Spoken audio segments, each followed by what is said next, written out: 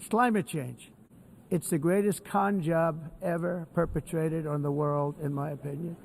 Climate change, no matter what happens, you're involved in that. No more global warming, no more global cooling. All of these predictions made by the United Nations were wrong.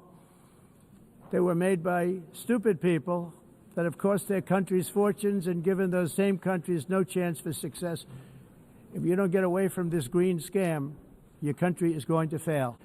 I'm here to tell the truth. I don't care. It doesn't matter to me. We're getting rid of the falsely named renewables. By the way, they're a joke. They don't work. And most of them are built in China. They build them, but they very few wind farms. So why is it that they build them and they send them all over the world, but they barely use them? You know what they use? Coal, but they don't like wind. But they sure as hell like selling the windmills.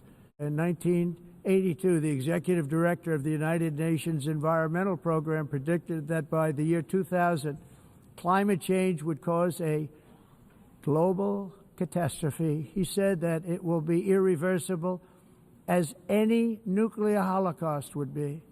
This is what they said at the United Nations. What happened? Here we are. Another UN official stated in 1989 that within a decade, entire nations could be wiped off the map. Not happening. In the 1930s, they said, global cooling will kill the world. We have to do something.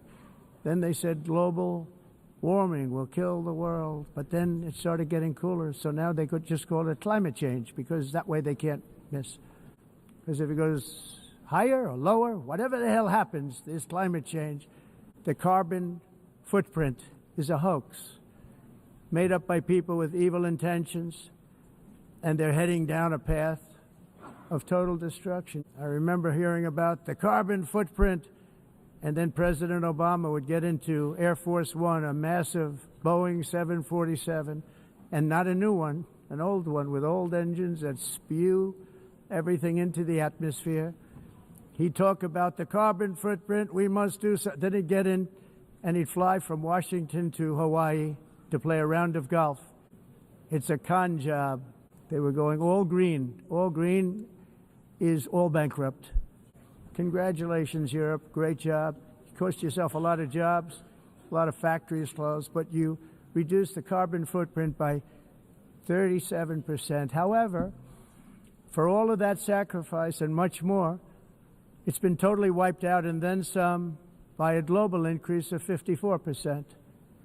Much of it coming from China, which now produces more CO2 than all the other developed nations in the world.